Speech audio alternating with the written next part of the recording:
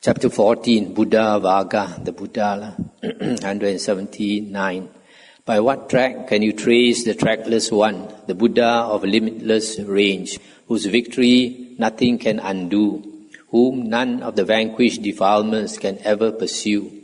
180. By what track can you trace the trackless one, the Buddha of limitless range, in whom exists no longer the entangling and embroiling craving that perpetuates becoming? So this can be the same, you can say the same, instead of the Buddha, you can say the Arahant. All Arahants are trackless. There's at least 2 suttas in the Nikayas where after the Arahant passed away and the Buddha went to see his body and the Buddha said his consciousness will not take rebirth because there's one sutta where the Arahant passed away and then the Buddha came to that corpse. Then the Buddha looked and then the Buddha told his disciples, "Can you see the dark cloud moving to and fro in the distance?" And the monk said, "Yes." And the Buddha said, "That is Mara looking for the consciousness of Akali, the Arahant." Then the Buddha said, he'll never find the consciousness of Akali, the Arahant, because the consciousness has ceased. This consciousness that we have, the sixth consciousness, is like a dream. When the sixth consciousness works, then the world is created. The world only exists in consciousness. So when a person becomes an Arahant, he has stopped the tendency of consciousness to flow. This tendency of the consciousness to flow is called asava. In Chinese it's called lo. So lo is the flow, basically the flow of consciousness. So when a person becomes an Arahant, he has stopped this flow of this consciousness. So when he passes away, the consciousness stops flowing. So he becomes a trackless one. He cannot find his tracks anymore.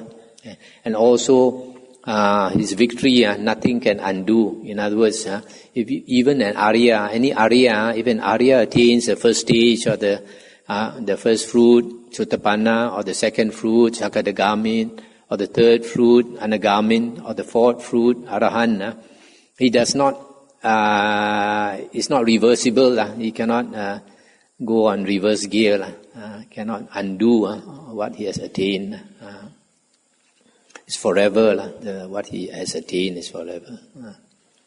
181. Those wise ones who are devoted to meditation and who delight in the calm of renunciation, such mindful ones, supreme Buddhas, even the gods hold dear. So those who are devoted to meditation, renounce and attain liberation, that means whether it's Buddha or Arahant.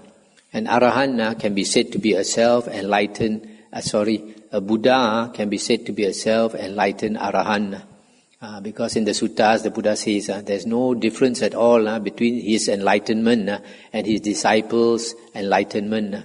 The Buddha said the only difference is that the Buddha is the first Arahant, the first one to walk the Noble Eightfold Path. And he's very conversant with the Noble Eightfold Path. And he teaches the Noble Eightfold Path. So in other words, the Buddha is the first Arahant. And the reason he's called the Buddha is because when the Buddha struggled for enlightenment, there was no Dhamma in the world. And then after becoming enlightened, and then also he became enlightened only because he cultivated the psychic powers and looked into the past. Then all the Dhamma that he had learned from Buddha Kassapa came back. And then remembering the Dhamma, he contemplated the Four Noble Truths and attained enlightenment. So this in the suttas, especially like in the Mahasamaya Sutta in the Digha Nikaya, the Buddha said these devas from far, they come to pay respect to the Arahants. If there's any Arahant in the world, these devas from the 10,000 world systems they know. So from far, even they stand in the sky, halfway in the sky, they bow down, pay respect to the Arahants. 182. Hard is it to be born a human being. Hard is the life of mortals. Hard is it to gain the opportunity to hear the good Dhamma, and hard indeed to encounter the arising of the Buddhas.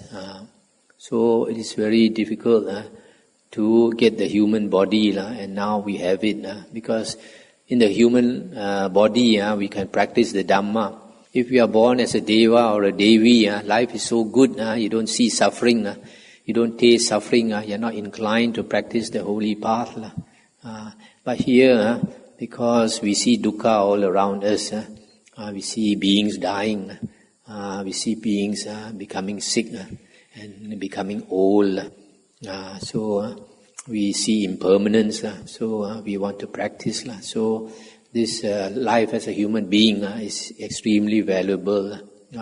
Only here in the human realm we can struggle to get out of samsara, not in the other realms of existence. So it's very difficult to hear the good Dhamma. And now that we are able to hear the good Dhamma, this is still the Dhamma age, not like what the Mahayanis say. This is the Dhamma ending age. For them it's the Dhamma ending age because they don't want to strive to get out of samsara.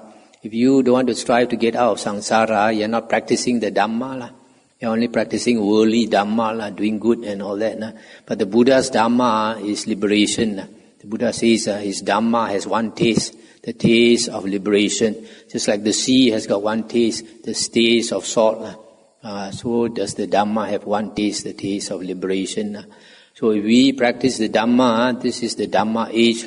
It's as good as the Buddha was alive. Because even if the Buddha was alive, he only teach the Dhamma as we can get it now. And even if you were born during the Buddha's time, you must remember that you are not always with the Buddha.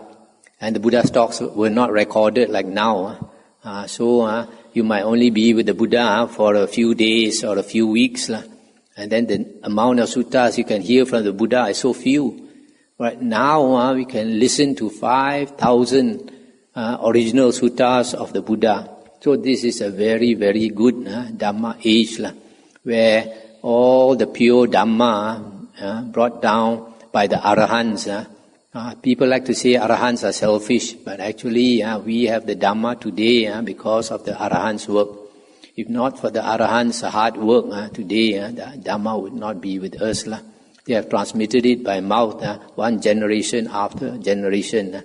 And so now we get the Dhamma, and we know from the history of Buddhism that true Dhamma, the Buddha says, will last 500 years. That means unpolluted for 500 years. And during the 500 years that we had true Dhamma was during Emperor Asoka's time. And Emperor Asoka, he built these stone pillars where the words of the Buddha were carved out. And now that they dig up these old Asoka stone pillars, they see that the Dhamma that existed during Asoka's time were the 5 Nikayas. Only the 5 Nikayas. No Abhidhamma, no commentaries, no Mahayana Sutras. All those are later books. So we are lucky that the Dhamma during Emperor Asoka's time has been preserved down to us purely. So the true Dhamma is still with us. 183. To avoid all evil, to cultivate good, and to cleanse one's own mind. This is the teaching of the Buddhas. All Buddhas' teachings is basically this. To avoid all evil is to keep the sila. To do good is to be generous, practice charity. And to cleanse one's own mind is to meditate and develop the mind. 184. Enduring patience is the highest austerity. Nibbana is supreme, say the Buddhas. He is not a true monk who harms another, nor a real renunciant who oppresses others. This enduring patience, another word for it is forbearance. That means when we suffer, when people harm us, when people oppress us, we bear it. Bear it. If you understand the Dhamma, then we understand whatever we get is the result of karma vipaka.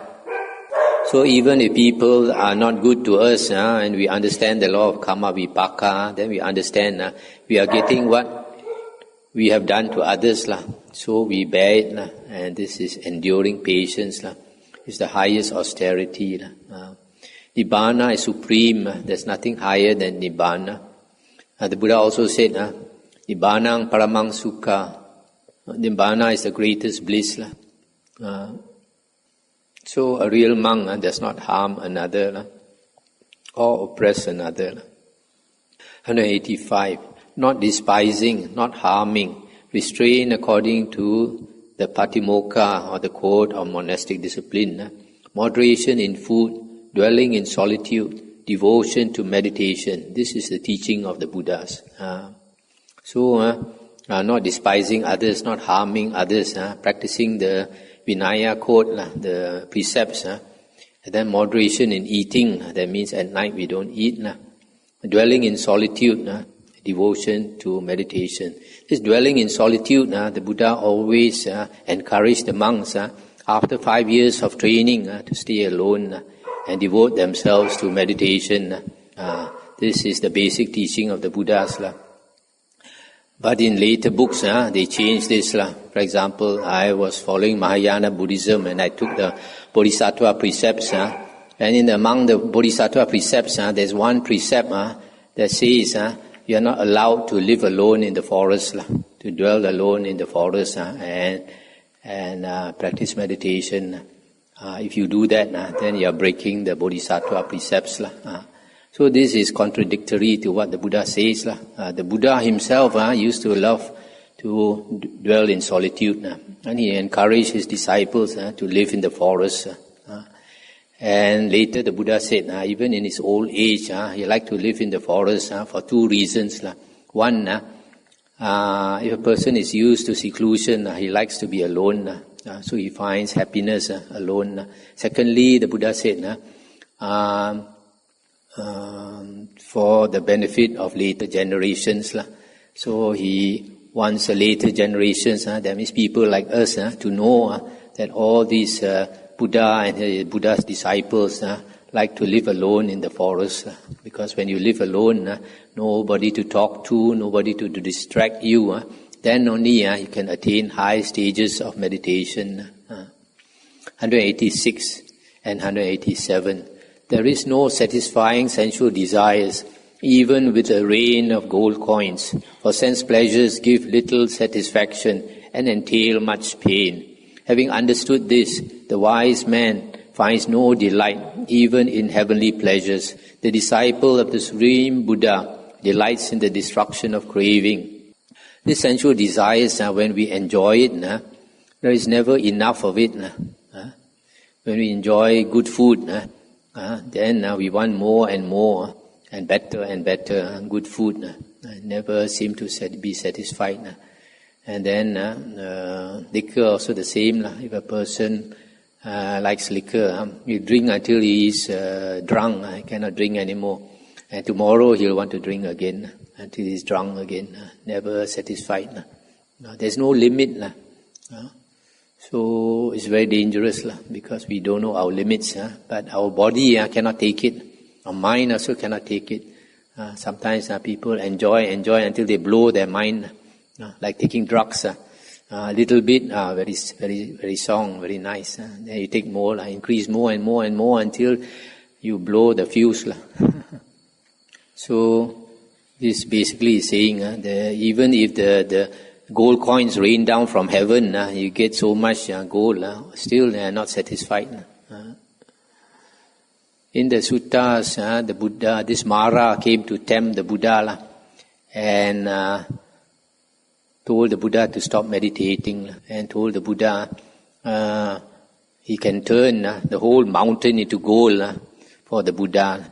And the Buddha said, even if you turn 2 mountains into gold also, there won't be satisfaction. So sensual pleasures can never be satisfied. Only satisfy us for a short time. 188. People driven by fear go for refuge to many places, to hills, woods, groves, trees and shrines. 189. This indeed is no safe refuge. This is not the refuge supreme. Not by resorting to such a refuge is one released from all suffering. 190 to 191. One who has gone for refuge to the Buddha, the Dhamma and the Sangha penetrates with wisdom the Four Noble Truths, suffering, the cause of suffering, the cessation of suffering, and the Noble Eightfold Path leading to the cessation of suffering. 192. This indeed is a safe refuge. This is the refuge supreme. Having gone to such a refuge, one is released from all suffering.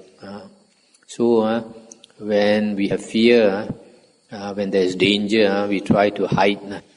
Wherever we go, it's not safe because this karma vipaka is following us. Death, not only death, aging is following us. Sickness is following us. Dying is following us. So there's no refuge in the world. But only when we go for refuge to the Buddha, Dhamma and Sangha and understand truly the Four Noble Truths, then when we understand really the Four Noble Truths, we attain Dhamma Chakku, Fa Yen, the eye of the Dhamma or the vision of the Dhamma. When a person attains the Dhamma, understands the Dhamma according to the original suttas of the Buddha, then the Buddha says that person has attained right view. The first path of the first factor of the Noble Eightfold Path. And once you attain the first factor of the Noble Eightfold Path, you have entered into the Noble Eightfold Path. If you have not attained the right view, you have not entered into the Noble Eightfold Path. Because the Noble Eightfold Path, you can only enter from the first factor. You cannot enter from the last factor or the seventh or the sixth factor. No other factor you can enter. Because the Buddha says, if you want to practice the Noble Eightfold Path, you must attain right view first. Because the first factor, right view, only after you attain right view, then only you can attain right thoughts, the second factor. And that will lead you to the third factor, right speech. And that will lead you to the fourth factor, right action. And that will lead you to the fifth factor, and the sixth factor, and the seventh, and the eighth. So the Noble Eightfold Path must be practiced in this way. Not jump into any factor you like. So once you attain the first factor, right view, you have become an Arya because you have attained right view. And if you become an Arya, then you are safe. This is the safe refuge. One is released from all suffering. Because once you attain the first factor, you become the lowest Arya, which is the first path attainer. And the Buddha says, once you attain the first path, that means right view, it must turn into the first fruit, Sotapanna, the same lifetime. So once you become a Sotapanna, first fruition, you have a maximum of 7 more lifetimes. Not more than 7 more lifetimes, you'll be out of samsara. You'll be released from samsara already. So you are destined for enlightenment. 193. Hard to find is the thoroughbred man. He is not born everywhere. Where such a wise man is born, that clan thrives happily.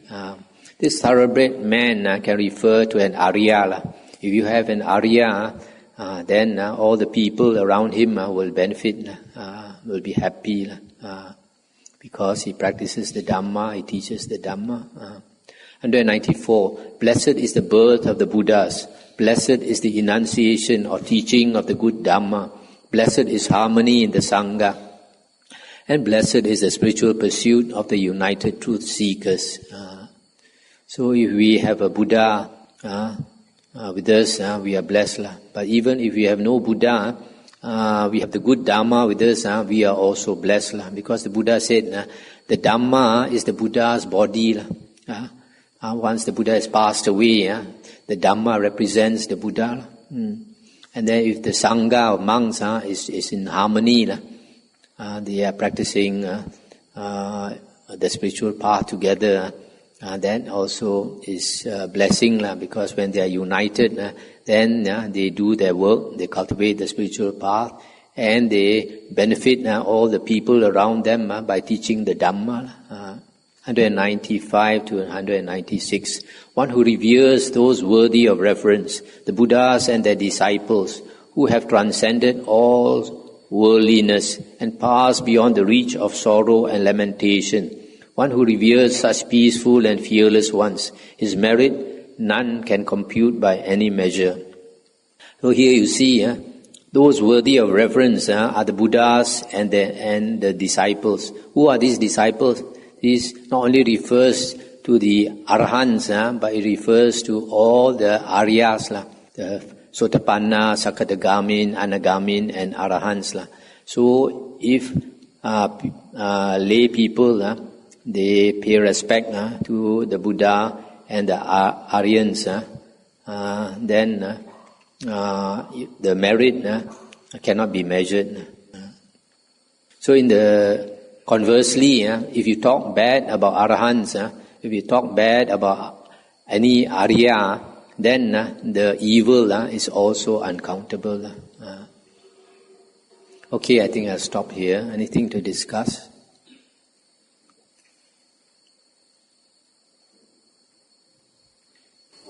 There's no mention Mara. Looks like it's externally also a cancer for people. So this term Mara can refer to this Satan. In Christianity, it's called Satan. This Mara in Buddhism, in the Buddha's teachings, is a being who lives in the highest heaven, in the sensual desire realm. In the sensual desire realm, there are 6 heavens above the human realm, and the highest is the 6th heaven called Paranimita Vasavati. And those beings there have very great blessings. They use other devas to create what they want. Those in the 5th heaven, their blessings are also extremely high. This Paranimita Vasavati. In the 5th heaven, the blessing is so high that whatever they want, they just think about it, and it appears out of nowhere. And the 6th heaven, they use these beings to do work for them, whatever they want. So in the 6th heaven, you have a being called Mara. And this Mara, he probably was a cultivator, a monk in the previous life, or an ascetic in the previous life, because he has such great blessings to be born there. But he didn't reduce his ego.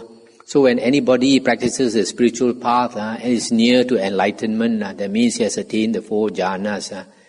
This Mara, out of jealousy, he will come and disturb that person. So he constantly disturbed the Buddha and the Arahant disciples. Didn't want them to continue practicing and attain enlightenment. He even disturbed this Jesus Christ and other highly attained ascetics. So this Mara will not come to disturb us until you have attained the 4th jhana. Because your own defilements will take care of you already. Mara don't have to take care of you.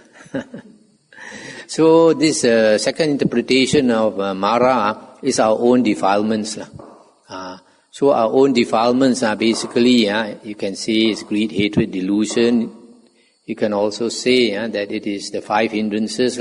5 hindrances meaning sensual desire, ill will or anger, sloth and torpor, making us sleepy and lazy, and then restlessness and worry, and the 5th one is doubt. So all these defilements make us hindrance to us on the spiritual path. So this is another way of calling Mara.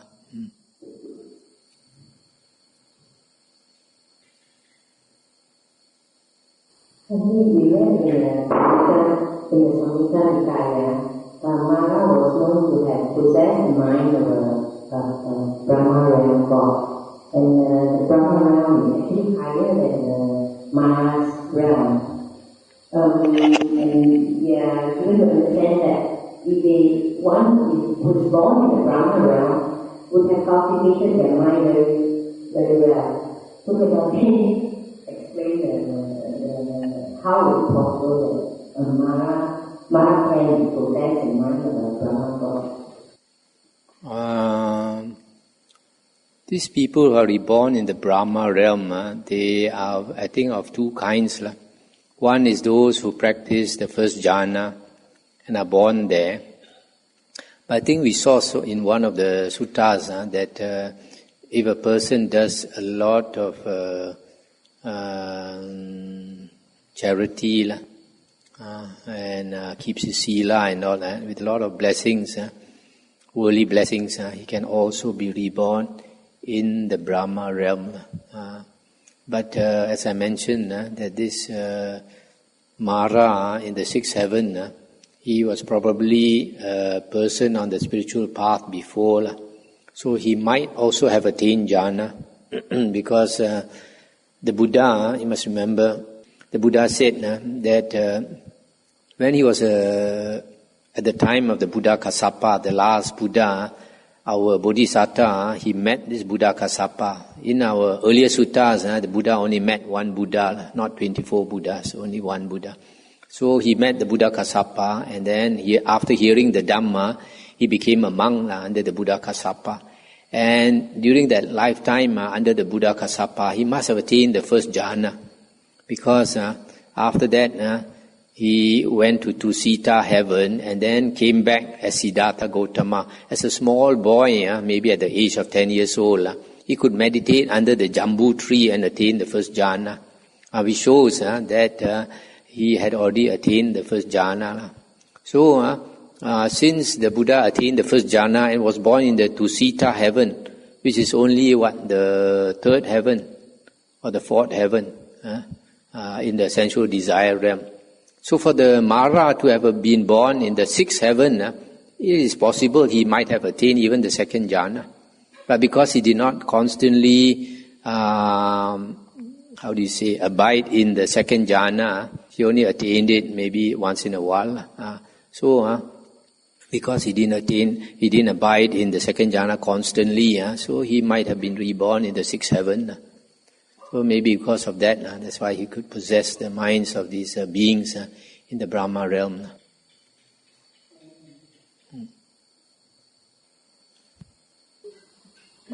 When we see on Brahma, can we advise to say that there are some who are pursuing the spiritual path, they either make or break during this lifetime for liberation, rather than end up in the Brahma realm, because it will take it will spend a long time in the Brahma realm.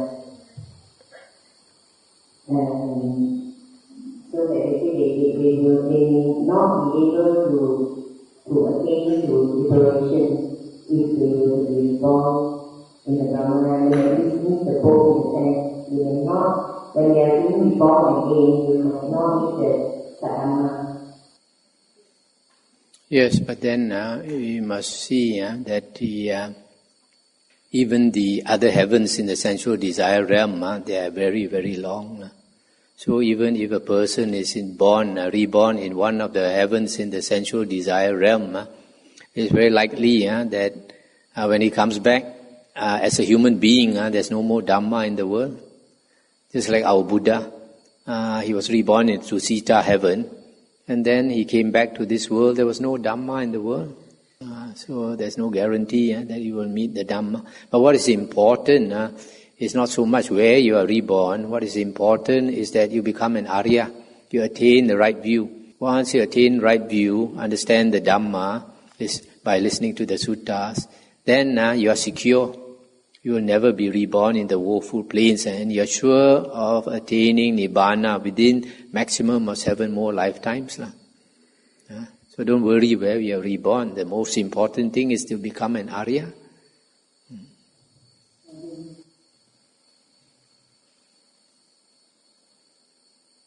Okay, shall we end here?